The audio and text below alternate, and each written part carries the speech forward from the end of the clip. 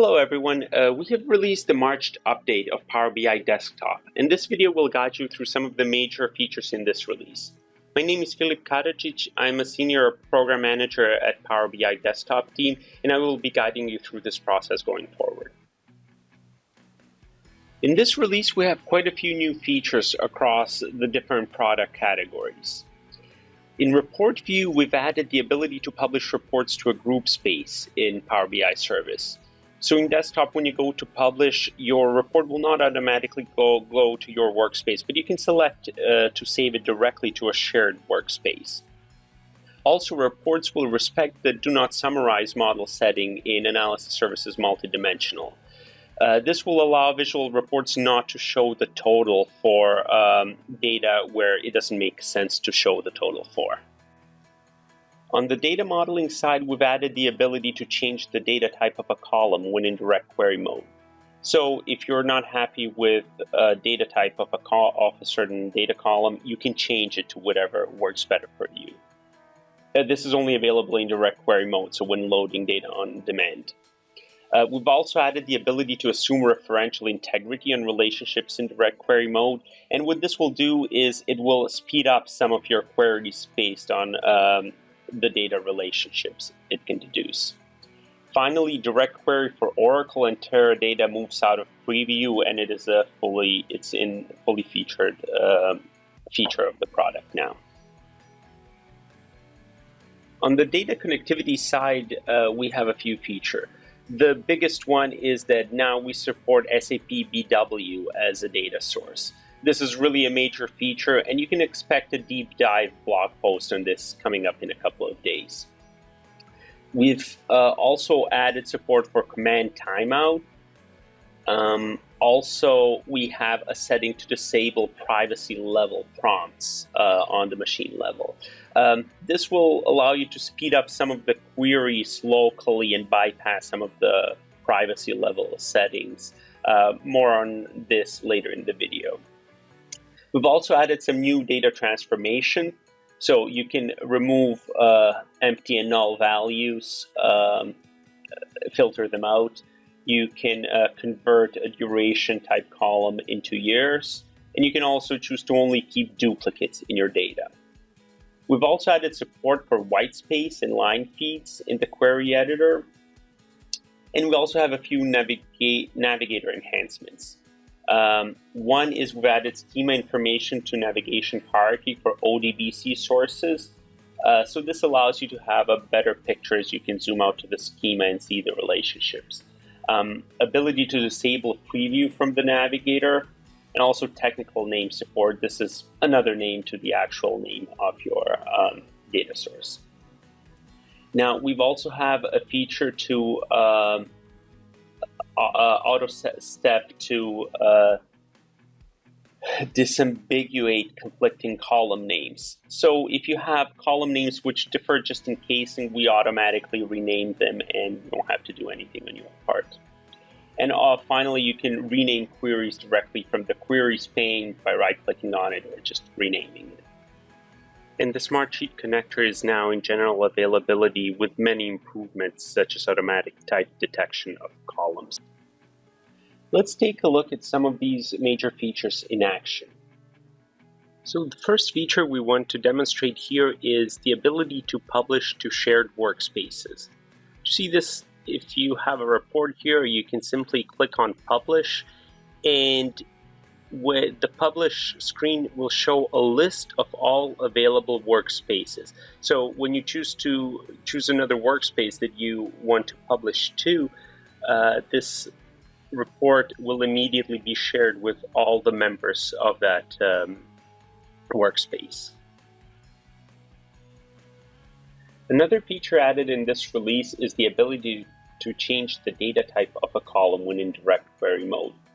So to do this, if you have a data source that you're loading in direct query mode, simply select the data column you're interested in, and in the modeling tab, you will now have the data type dropdown enabled, and here you can just select which data type you want to be applied to this. Note that this is only available in direct query mode and not if you are importing data into the designer. Another new feature in this release is a setting that allows you to disable privacy level prompts at the machine level. Now, if we think about the privacy levels, they allow data that are set on a data source. They will ensure that the data from a private source is not sent to any other source, and the data from an organizational source is only sent to sources within the organization.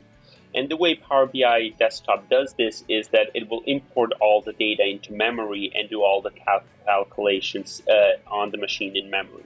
And this will slow things down sometimes. So if you want to disable this on your machine, now there's a way to do it. So to do this, you will have to go into File, Options and Settings, and go into into Options. And you will have to disable this on each file. So first of all, for the current file, if you go into Privacy, you can choose to ignore the privacy level and potentially improve performance. And there's a side effect to this is that data will not be brought into memory for everything to be calculated, but it will be sent to the data source. So there's a security risk here that you have to keep in mind when doing this. Also, on the global settings, there are a few, under security, there's a few privacy level settings. One is to combine data according to each file's privacy level settings, which is the default option in the way things work. But you can now also choose to always combine data according to your privacy level settings for each data source, or to ignore privacy level settings and potentially improve performance, which will again send data to data sources which you may not want to send. But basically, these settings are now available for your machine, and they are set per machine per user. So now we'll take a look at the new data transformations introduced in the March release. To take a look at those, we'll go into the Edit Queries dialog. And here we have our queries here. So the first data transformation is to the one that removes empty values. Empty values, and this includes empty cells or null values. So to do this, we simply select on. We have a table here with some null values, and we can simply click here on the column heading and click on Remove Empty, and it will remove all empty and null values from here. It's a simple one. The next one is converts a duration column into years. Now, in order to do this, we first need to find a suitable column. So, for example, this one, max days in stock, and what we first have to do is change its type to duration in order to access this transformation. And once we do that, what we can do is, if we go here into transform, under duration, this total years setting has been added, in addition to days, hours, minutes, seconds, and all other ones. So you can simply change it to years, and it'll convert our initial number of days that was here into years. The final transformation, data transformation, is the ability to keep only duplicates. So if we go into this city table, we see here that we have some duplicate values. Like, for example, Springfield has 2 values.